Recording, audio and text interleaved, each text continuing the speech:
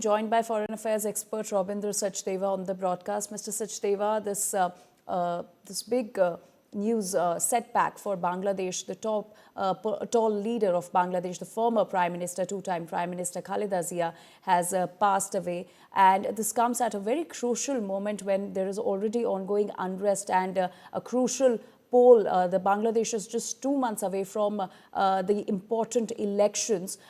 How do you see this? How do you see the impact of the passing away of Khaleda Zia on Bangladesh's political landscape?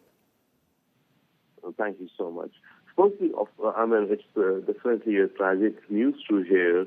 Khaleda Zia would be, among a breed of leaders who were there in the past century, in the late 70s, 80s, and 90s now, who are now, passing away. So it's definitely unfortunate news, the passing of any person and a leader. Definitely, yes. So our sympathies are with the family and the people of Bangladesh. That's one. But yes, given the cold reality, if we were to look at Bangladesh where it is right now, the political environment, I do think that this would, politically speaking, help the BNP party and her son, because typically in such scenarios one can assume some kind of a emotional support or emotional wave in favor of the party concerned. So it would.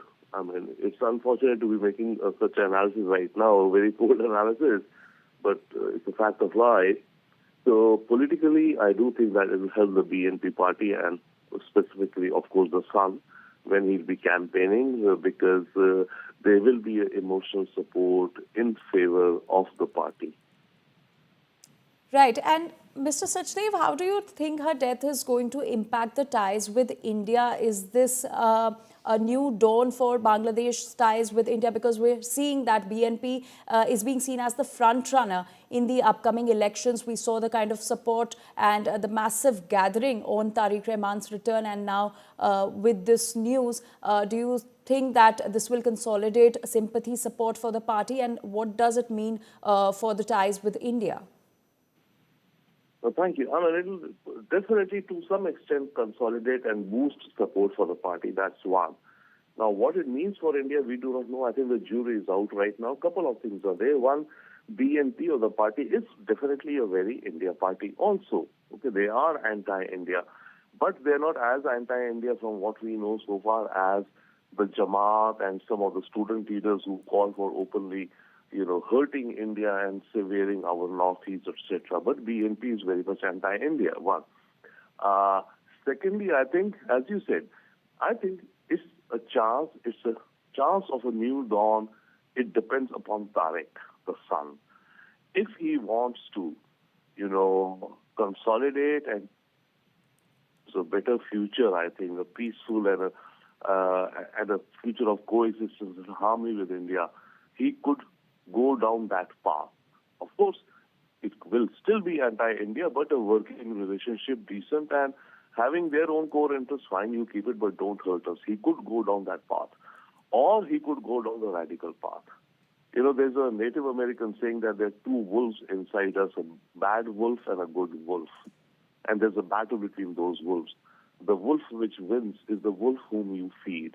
So it depends upon Tarique which wolf he will feed. Mr. Sachdev, talking about Tarique Rahman, we saw Tarique on his arrival at the airport. Tarique Rahman dialed Muhammad Yunus and in fact thanked him for making his return possible to Bangladesh. Oh yes, certainly.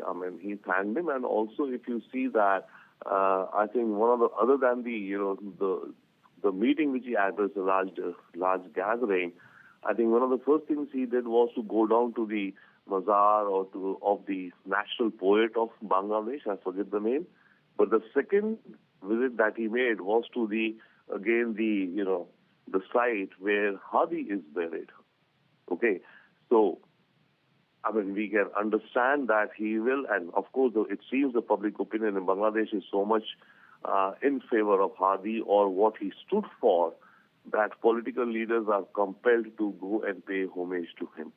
So that is an indication to my mind that, what Hadi espoused which was, of course, a very much anti-India stance, blaming India for all the ills of Bangladesh, blaming India for the failure of democracy in Bangladesh, blaming India for Sheikh Hasina's, atrocities. By the way, Sheikh Hasina also did, definitely she went beyond and she did. It's a pattern in Bangladesh politics. When one party is in power, they hound the other. When Khaleda Zia was in power, she was hounding Sheikh Hasina and her party members. In fact, there was a grenade attack on Sheikh Hasina also.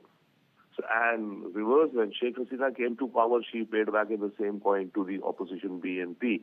So one, I hope that this cycle of each party, when in power, hounding the other breaks. That's one we hope.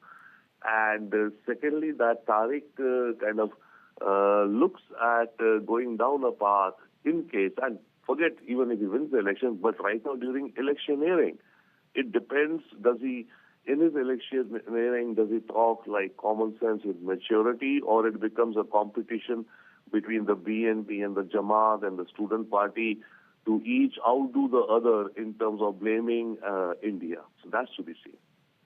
Mr. Sachdeva, one last question. Looking at the current political scenario in Bangladesh, do you think Tarique Rahman could be the next Prime Minister?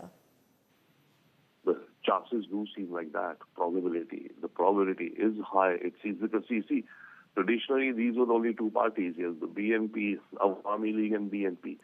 And, there was a rotation between the two, one in power for some time and then the other. Now, right now, and of course there was a Jamaat, but which was banned or not allowed, but Jamaat was still also partly in the fringe, it was not there. But now, Awami League is not contesting, and that's a very strange scenario. It's not banned, but it is not contesting, that's what Yunus says. So if Awami League is not there, and in any case, its leaders, many of them have run away from Bangladesh or been killed or have simply retired from politics. So BNP is the one organized party in a sense, right? Jamaat is there. And then this newly formed students' party, the NCP or NPC, National People's Party or whatever. So the chances are that it seems the BNP will be the front runner. Either it manages to get, majority on its own, or has to go in for a coalition is something to be seen. But BNP could be heading for a victory. And again, it's unfortunate. Another pattern in Bangladesh which we've seen is that even during Sheikh Hasina's term, everybody is calling that all parties should participate in Bangladesh. But if we see the past so many years, even in Khaleda Zia's tenure, the BNP was not participating, in 2019 and 2024. And now, BNP is contesting, but Awami League is not allowed to contest. So it's like Bangladesh's democracy is limping along, but we wish them the best. Right. Mr. Robinder Sachdeva, thank you so much for joining us on the broadcast.